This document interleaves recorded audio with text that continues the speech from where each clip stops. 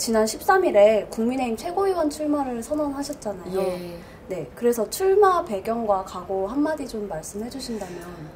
지금 문재인 정부가 기회 평등, 과정의 공정, 결과의 정의라는 이제 기치로 국민들께 선택받고 또 이제 무려 4년이 흘렀습니다.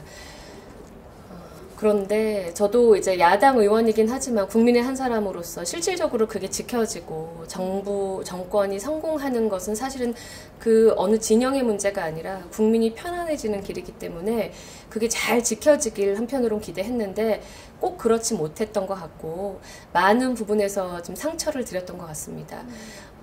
저는요, 그 진영의 논리, 뭐 이런 것에서 좀 벗어나서 제게 표를 주신 우리 지역 주민들마저도 어느 당이라서가 아니라 내 삶을 진짜 행복하게 해줄 수 있는 합리적인 사람을 일꾼으로 내세우는 그런 시대로 변모했다고 생각하거든요. 그래서 내년 대선에 조금 더 합리적인 정치, 그리고 생활형 정치로 국민들께 다가갈 수 있는 그런 정부를 좀 탄생시켜야겠다. 정권 교체를 반드시 이뤄야겠다라는 각오를 했고, 정치적으로 스스로 빛나는 지도부는 아마 아닐 겁니다. 정치인 배현진을 빛나게 해주는 지도부가 아니라 승리하는 대선 후보를 세우고 그 승리를 이제 국민과 당원들께 안겨드려야 하는 아주 짧은 시간의 움직임을 보여야 하는 그런 당 지도부가 될 텐데요. 거기서 보이지 않더라도 열심히 국민들께 약속한 그 승리 돌려드리기 위해서 노력하고 싶어서 감히 제가 한번 도전장을 내게 됐습니다. 당대표 선거에서 이준석 전 최고위원 그리고 김은혜 의원들에 대한 국민의 관심이 굉장히 높은 상태예요. 이렇게 젊은 리더들이 당을 바꿔보려는 열망으로 보이는데 어떻게 생각하시는지? 저는 아주 고무적인 일단 모습이라고 생각을 하고요. 앞서 민주당이 전당대회를 했는데 우리 신 기자님 어떻게 평가하셨어요? 조금 생각보다 예상 밖의 고요하게 네. 우리가 생각했던 각본대로 결과가 나왔다고 느끼지 않으셨었나요, 혹시? 그렇게도 느꼈고 예. 너무 이제 국민의힘 전당대회에 초점이 모든 게 맞춰져 있다. 예. 무대가 바뀌었다, 파티가 바뀌었다 이렇게 생각이 됐거든요. 그렇죠. 뭔가 저희 당대표 후보로 나가신 초선 의원님들이 굉장히 열정적으로 하시잖아요. 네네. 그것에 또 주목하시는 이유를 제가 지난주 내내 그 지역을 쭉 그 당협들을 돌았습니다. 그래서 뭐 대구 경북에도 가고요. 울산 부산에도 가고요. 뭐 여러 지역들을 돌면서 느꼈던 것은 당원도 물론이거니와 국민들께서 정치가 좀 새 물결로 바뀌었으면 좋겠다. 제가 좀 전에 말씀드렸던 이 구시대 유물 중에 좀 버려야 될 것은 확실히 버리고 새로운 인물들이 좀 들어와서 참신하게 운영했으면 정말 나를 위한 정치를 해줬으면 좋겠다라는 그런 바람들이 강렬하게 느껴졌는데요.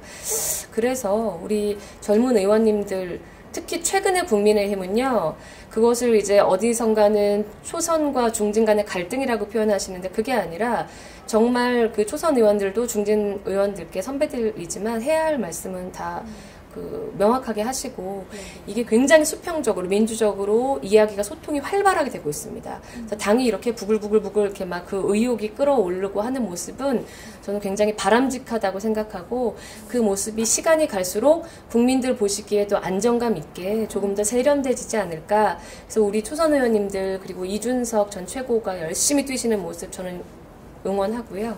멋지다고 생각합니다. 네네. 그 대구랑 이제 경북 지역 다녀오셨잖아요. 예. 현지에서의 반응이 저는 좀 의아했는데요. 예. 방금 말씀해주신 부분에서는 이제 제가 생각하기에 대구 경북은 약간 예. 국민의힘의 거의 뭐 열렬한 네, 그런 느낌인데 오히려 새로운 그런 체제를 선호하시기도 하신다고. 제가 말씀드리는 게 과거에 뭐 어떤 유산이 잘못됐다거나 지금 선배 정치인들이 불필요하다는 말씀 전혀 아닙니다. 초선 의원님들과 신인들의 그런 의욕적인 그 도전과 열정을 응원하고 저 또한 그 일원으로서 참 고무적이라는 말씀 드리고요. 선배 정치인들, 선배 당원분들께서 여태까지 지켜오신 뭐 좋은 날도 있었지만 어려운 날도 있었지 않습니까?